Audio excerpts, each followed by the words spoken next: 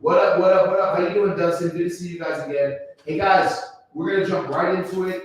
We have about 20 minutes to do today's live, and then we have to film our podcast together. So this is our first time doing it. You guys are gonna help guide us through this. This isn't gonna be like the normal classes that we do, right?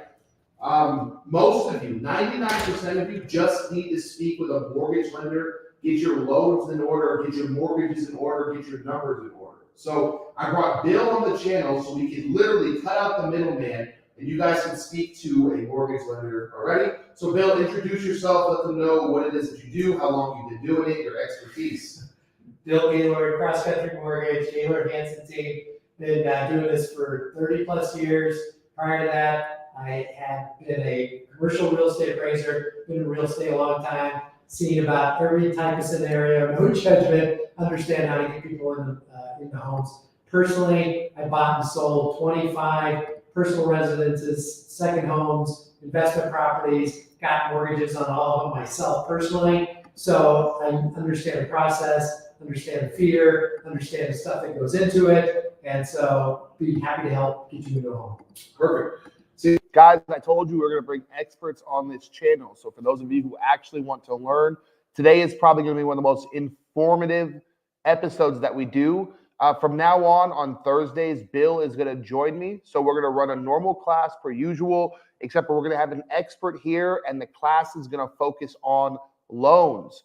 We're also going to start doing buyer consultations directly once per month. So get ready. We might finish one today with a buyer consultation. So I think that'd be fun. I think we should. I think we should run some numbers, get some data in there, just so that they can kind of see when they go into a consult what they can expect. What they can expect, 100%.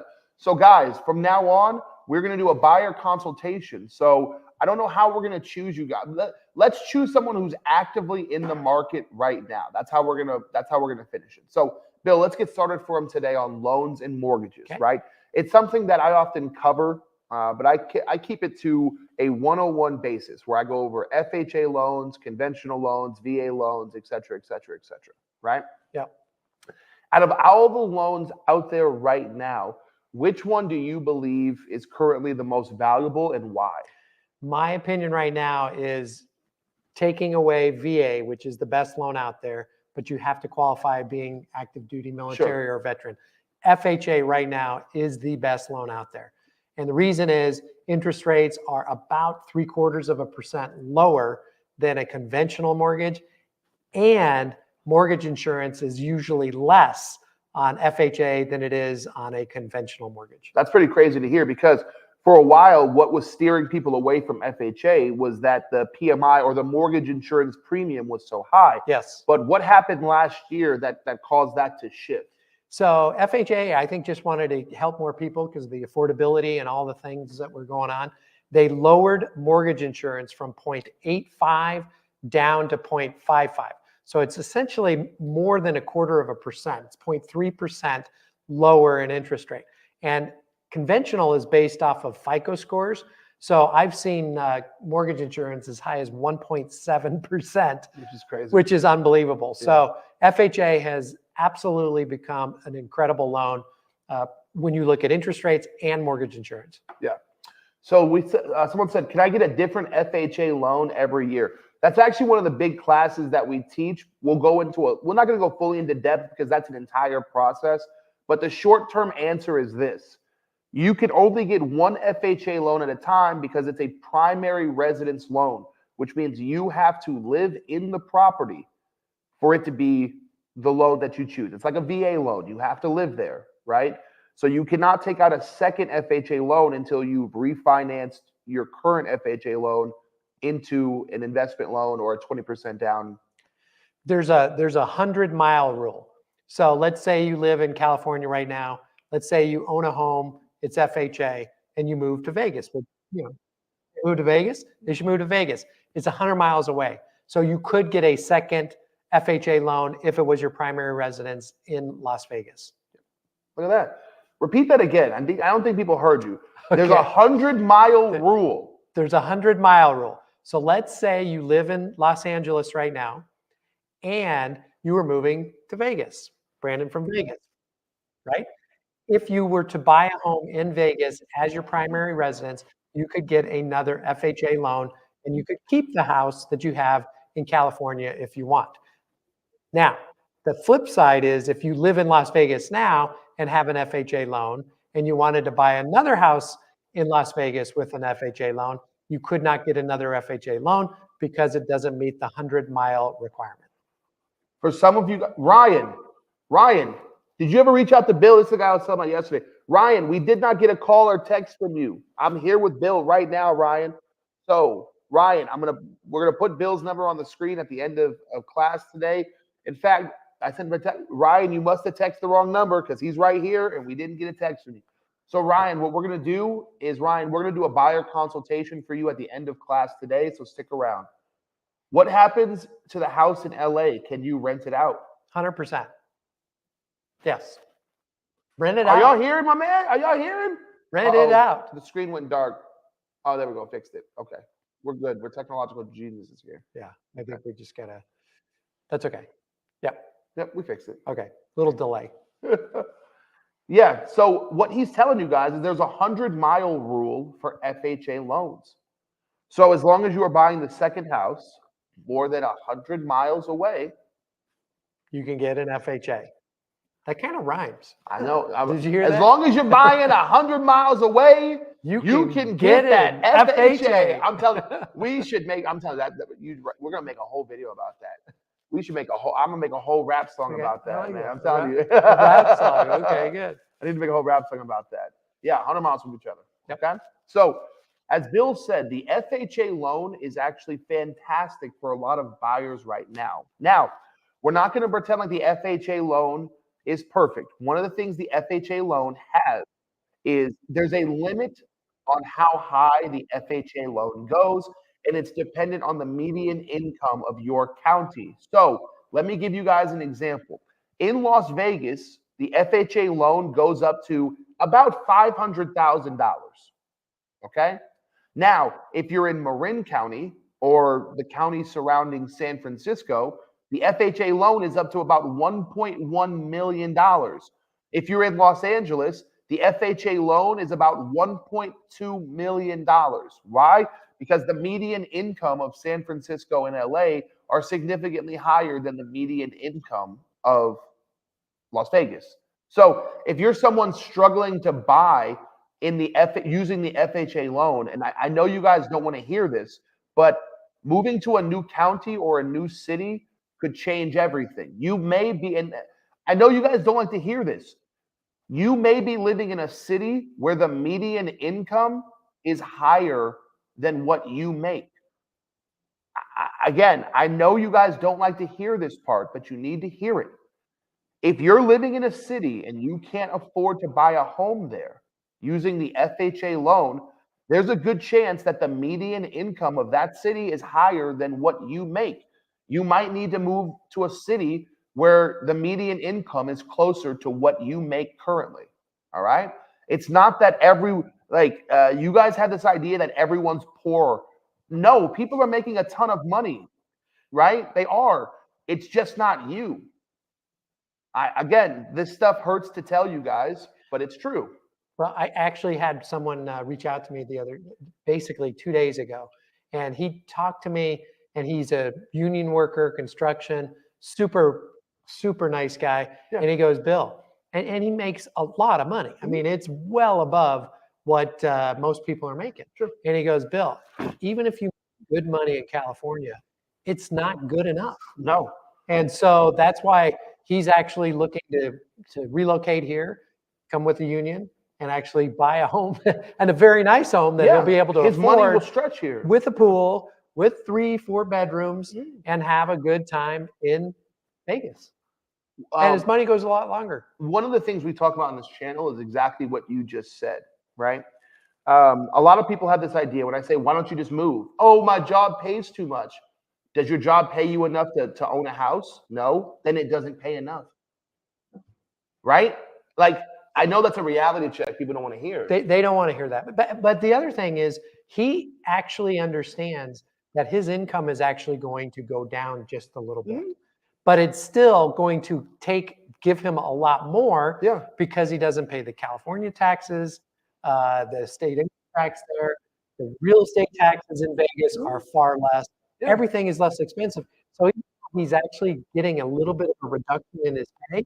It's actually going to give him more quality of life in Las Vegas. Yeah. It's the hardest thing for people. It's the hardest because like we define our success and our quality of life by how much money is on our paycheck, right? Okay, I'm going to use an extreme example here, right? Let's say you made $1 million at your job, $1 million, but all the groceries in your area cost $100,000. All houses cost $10 million, right? So yeah, you made $1 million, but it was worthless. It didn't go anywhere, right? If I told you to move somewhere where you're making $500,000, but the groceries become normal priced, yeah, your salary's cut in half, but your quality of life is improving drastically. Yeah. And that's the hardest thing for people to comprehend. Well, I'm going to give you a quick example, right? Let's say you are paying $10,000 in state income tax in California. Sure. $10,000 state income tax. That is divided by 12. That's $850 roughly that you're paying extra living there. Yep. That $850 could actually go to a home in Las Vegas. 100%. So, you got to look at the whole scenario and everything to see what makes sense for you. 100%. And there are jobs out here in Las Vegas. Sure. It is growing. It is expanding.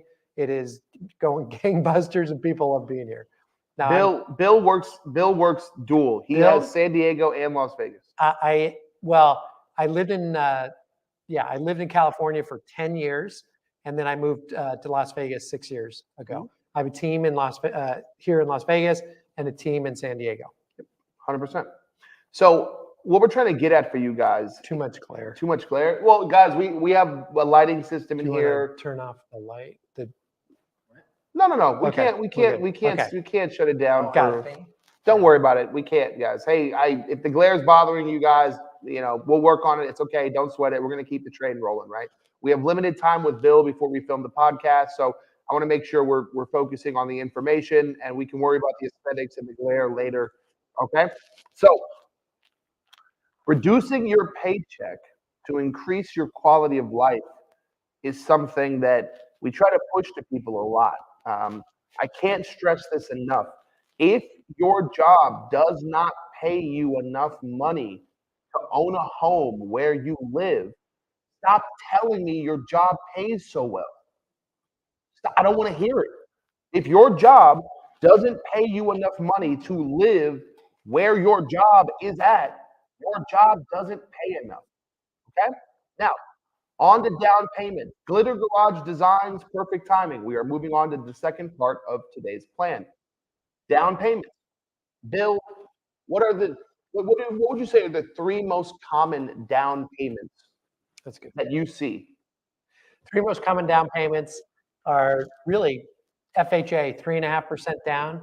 I see a lot of 5% down, and then honestly, I see a lot of 20% down. And the 20% down is to basically eliminate all of mortgage insurance. But the majority right now, the average is probably between 3.5 and 7. Let me see if I can center this. You are good. Just look at that. Those 5th grade typing classes are coming back handy right now. Okay, guys, these are the three most common down payments that Bill is seeing right now. And I want to start at the bottom at 20% down, because a lot of you guys think that this is mandatory, and it is not.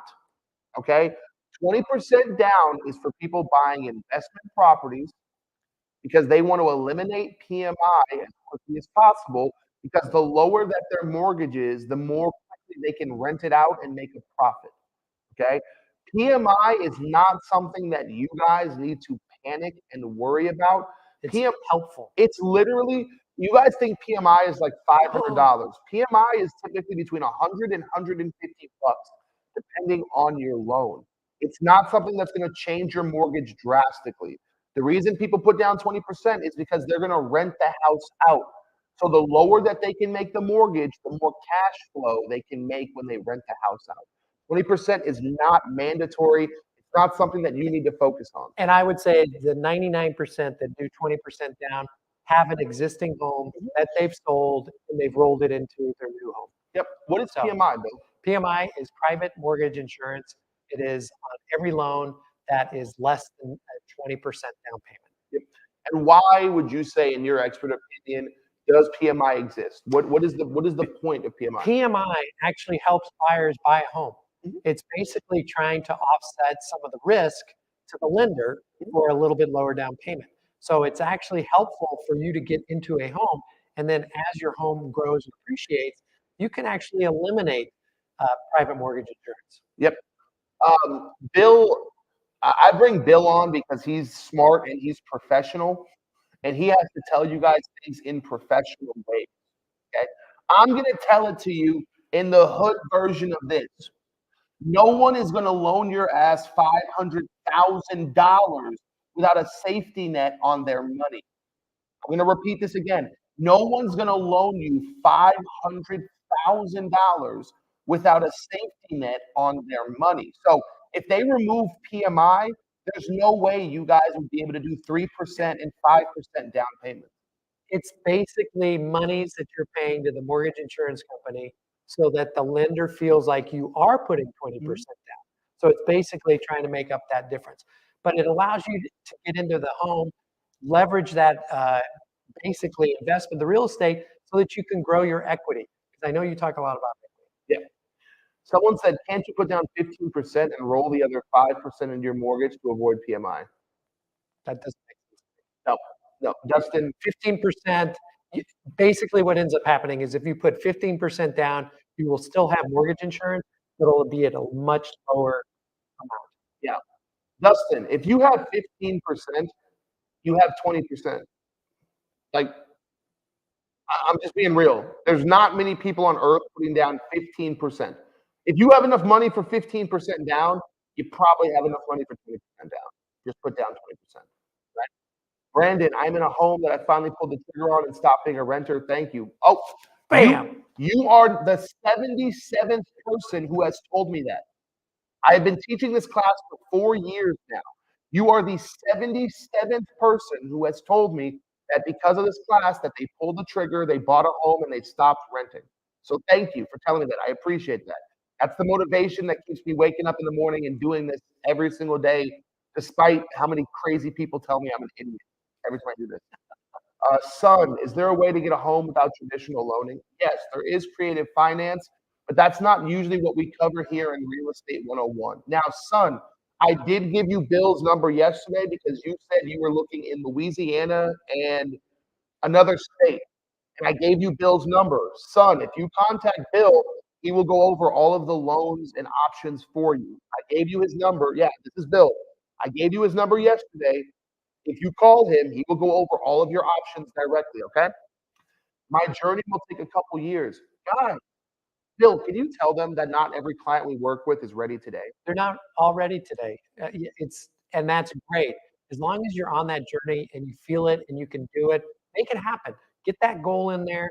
Figure out, actually get a game plan on what you need to do. And if you think you're kind of DIYing it, doing it yourself, I'm getting prepared, I'm paying off debt, get with me.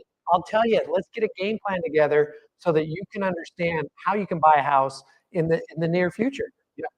You guys have two big problems. One, you guys are convinced that you have to do everything that yourself because you guys think you're smarter than everybody else.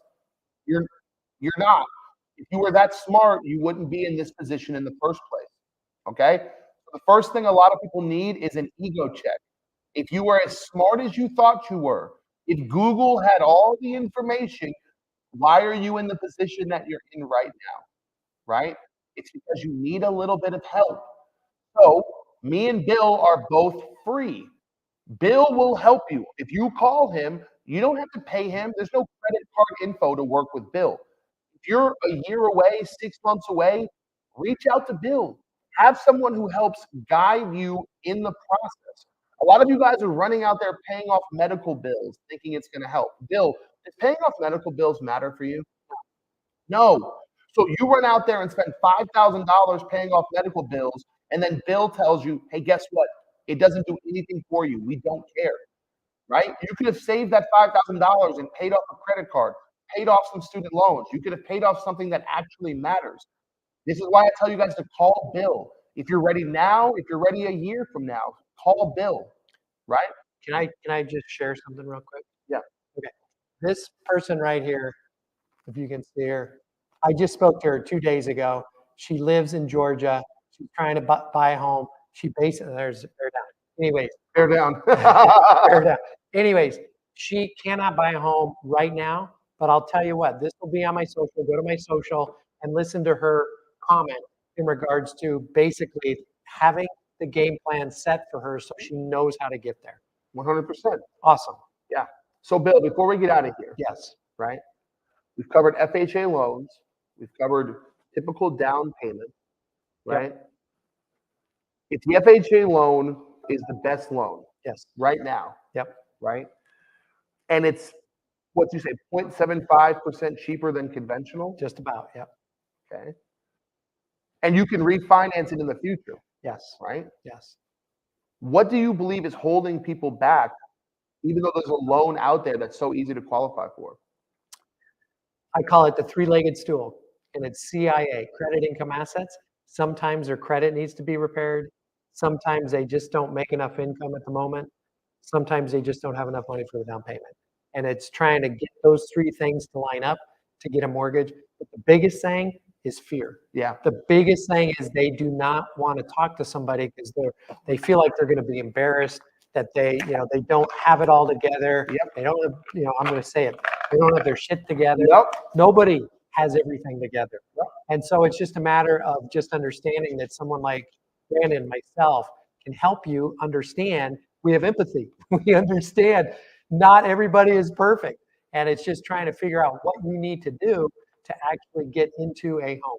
And so it's fear. The biggest thing is pick up the phone, make a call, get a time to visit and understand what your situation is now.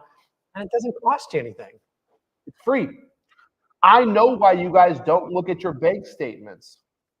You don't I want know. to. You don't want to know where your money's going. I know. Hey, guys, listen. You think it's a secret. You think you're the only person who does this. There's billions of you, okay? Billions who don't look at their bank statements because they don't want to know how much they're spending.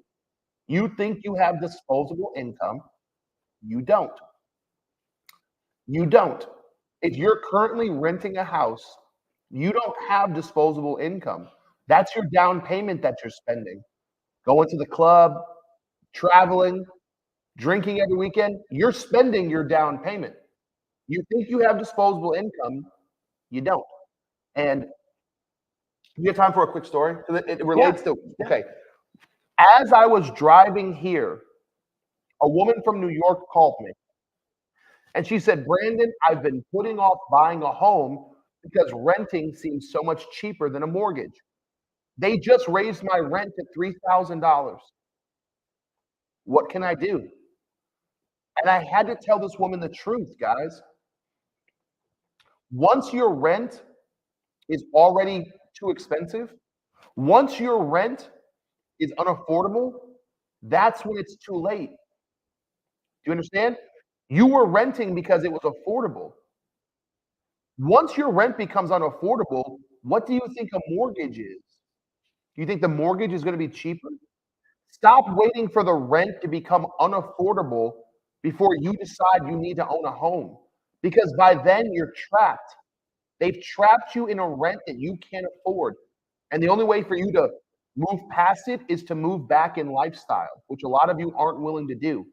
A lot of you aren't willing to go from a $2,200 apartment back to a $1,500 apartment. A lot of you aren't willing to do that. So stop waiting until the rent is unaffordable before you get the courage to make a move. Stop waiting until it's too late to make a decision. All right? Bill is free. I'm going to put his info on the board right now. Okay? A lot of you already realize your rent has become unaffordable. You know it and I know it. You started off at $1,500 and now it's $1,900. and next year it's going to be $2,000, right? You know your rent is unaffordable. Bill, let's give it to him. What's the number? 858-776-6830. Can they have an email? Email, just go to billgaylord.com and you can contact me there. My calendar's on there. It's super easy. You just hit schedule and you pick the time. I have some evening times. I have some weekend times. So it's kind of up to you as to try and make it be available when you're ready. So and it's fine. I love doing it. It's fun for me. I've got a lot of wisdom up here, so I want to share it with you. He's got a lot of brains in that head, man. He took out the hair and put more brains. Yeah, that's what he did. He took his hair. Took this piece off and I put some. LOL. He wants you to be house poor. Now this person's a troll, Bill. It's your first time here. Let me show you how we handle trolls. Okay. So that person thinks that they're going to disrupt class and they think that they're going to say something that's knowledgeable. He wants you to be house poor. I would rather you be house poor than rent poor, because at least your landlord can't tell you what to do. Do you see the difference? No matter what you say to try to shut the class down, we have a better response. I would rather you be house poor than rent poor, because at least when you're house poor, there's no landlord who can tell you and your kids that they have to move.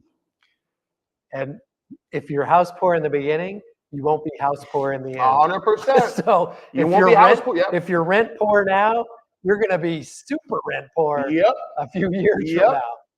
If you're house poor a year from now, you can no longer be house poor. If you're rent poor for the rest of your life. That's the difference, people. Can we answer a couple of questions? Yeah, go nuts. So if I have enough to put 20% down, should I put that to avoid PMI or do FHA and invest in difference? I would look at it side by side. I think if you have 20% down and you don't care that you have reserves, I'm always a big guy, have reserves afters, because you never know what's going to save for a rainy day kind of thing. But I would look at both things. If you do have 20% down and you can afford to spend it, probably go 20% down. FHA, and if you did put, you wouldn't want to go FHA if you had 10% or more. You'd want to go conventional. Yes. Oh my God. Thank you, Bill. If you have the money, now I sit here and tell you guys not to put 20% down because most of you can't afford it. But if you have the money, if you have the income, if you have the assets and the savings to put down 10% or 20%, put that money down. The thing is, I don't want you guys saving for 6 years trying to get to 20%, because then by the time you save that money, the price of the house is probably already superseded what you saved for, right? But if you have the money right now, put the money down right now. Can you say affirmatively that election cycle won't put current buyers upside down? Markness, you ask me this every time. We don't have a crystal ball, Mark. We can't sit here and tell you yes or no. What we can tell you is the history of elections means whoever's the current president can get easy votes by lowering the interest rate and making sure more people get into homes. All we're using is the history. Look at Bill. How many elections do you think Bill has seen? A lot. A lot. So he knows what happens during election season. We don't need a crystal ball. We're telling you from experience, when election season rolls around, presidential candidates, this happens. Okay? Yeah. Can I do one more thing? Go nuts. Okay. I'm going to do a calculation just so you know what's going on. Yep. A lot of people started looking at homes last year when they were around 8%. Rates peaked in October at 8%. They're like, it's unaffordable now. So if you were to get a mortgage at $400,000 last October at 8% over 30 years, the payment would be $2,935.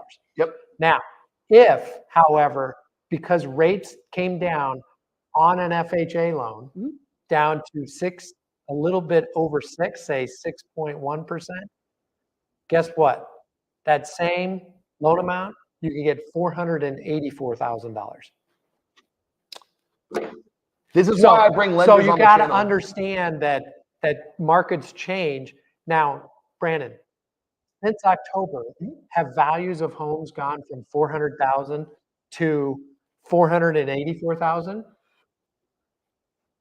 No, they're kind of still. People are still thinking rates are way too high. Yep. Rates are way too high. Yep.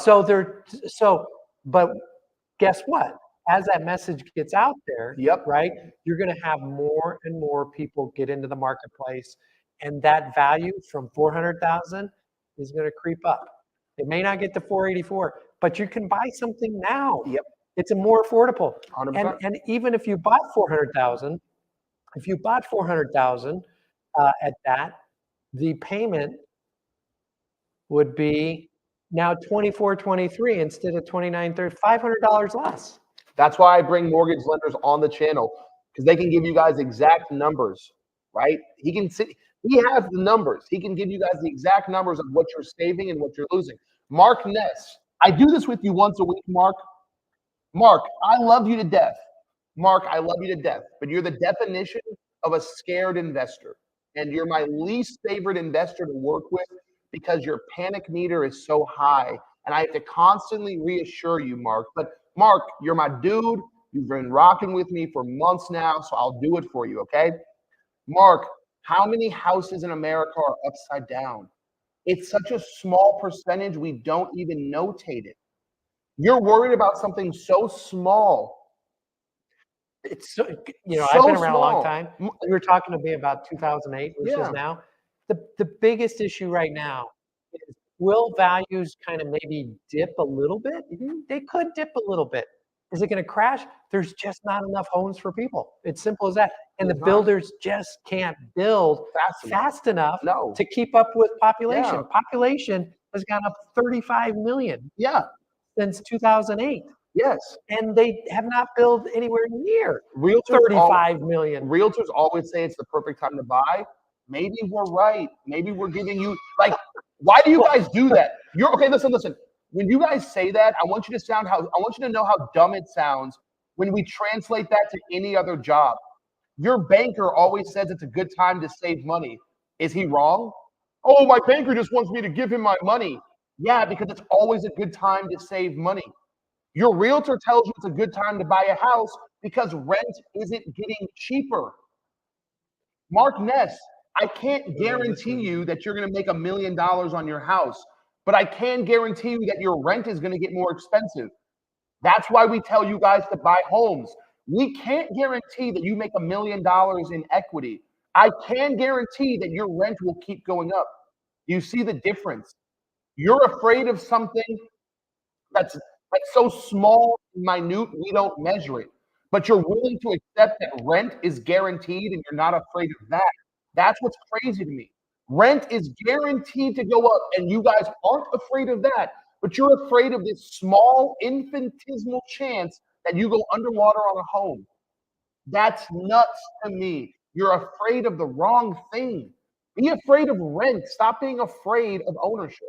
So there was one that came in that said, I pay $1,000 a month for a 3-bed, 2-bath. Great. Keep it. How much equity are you making on that rental property? Well, my opinion is, if you're doing that, then take the monies that you would normally be paying, right, for a mortgage and put that in savings. Yeah. And put that in savings. Yep. That way you can put a down payment on. Yep. And then eventually, when that particular home gets to the point where the seller sells it, and you're like, oh my God, I got to go to 4,000 in rent. Yep. You've got enough money that you can actually buy a home. Yep. Personally, I'd understand that, usually $1,000 is not going to last forever. Somebody is going to die. Somebody's going to sell their house. It's going to happen, and somebody's going to need money. Then what are you going to do? That $1,000 is not going to be for life. Yeah. So take it as long as you can, in my opinion. You're going to say goodbye and save money. And if you can buy, I would buy sooner rather than later. How do you feel about people not being able to account for drastically increasing cost of utilities? The drastically increasing cost of your utilities is factored into rent as well. You guys listen. If we lived in a world where renting was cheap, I would say, yeah, I get it. Keep renting. You're living in the worst rental market in U.S. history. Rents are extreme. Rents have gone up at a higher rate than the cost of your mortgage has. And that's what always makes me so angry is you guys aren't afraid of rent. You guys hold houses to these crazy standards, but completely ignore the fact that rent is way more out of control. You think utilities are just more expensive for homeowners? It's factored into your rental price as well. Why do you pretend like this isn't true? Why do you do this? It's insanity. It's because you're scared. And when you're scared, you do illogical things. You focus on utilities for owning a home, but you don't focus on utilities when you're renting. It's the same thing. The only difference is, and Bill just touched on it, you have $1,000 rental right now and you're super happy. Great, you're paying $1,000. What happens when that person decides to sell the house because they're the landlord and they can sell anytime they want to? Uh-oh, now you got to find a rental at a market rate. Now you go from $1,000 to $1,900. Uh-oh, I hope you saved. I hope you prepared, right? I want to say another thing. Go ahead. So here's my thing. What I'm seeing a lot of is people that are buying as families, people that are combining together as friends, buying a home so that they can get into a home. And potentially what they can do is if they live in there together as roommates, as family, over time, maybe 3 to 5 years, they can potentially sell that home, take the equity and separate it, and then buy a different house for them separately. Yep. So a lot of people are combining income. I had a client yesterday, self-employed, and she goes, gosh, I can't buy a home. I don't have enough income right now. How am I going to buy a home? I said, have you thought about a non-occupant co-borrower? What's that? Well, if you had a family member or a friend that would help you co-sign and they're willing to do it, Yep. you could potentially even do a shared agreement with Yep. them where they share in the equity. We have a loan So right now, don't we, with 4 people on it? 4 people. Yeah. 4 people. It happens. Yep. It's a family, and they're all moving in together. It's Yep. kind of a next gen type situation, and that happens all the time. So Yep. sometimes if your income isn't big enough, find somebody else who would go in on it with you, or a 100%. co-signer that might be able to say, well, yeah, that's great, I'll do it. So it's just trying to think outside of the box, being creative, and Hold just on. trying to figure 4 out your own people thing. have to. No, 4 people don't have to. 4 people choose to because it allows them to get a bigger, more expensive home. So instead of them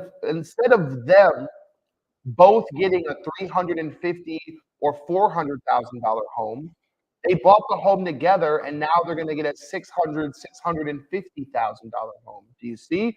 The $650,000 home is going to gain equity at a higher rate than the 2 homes that they could have bought separately. See, you guys got to start thinking long term.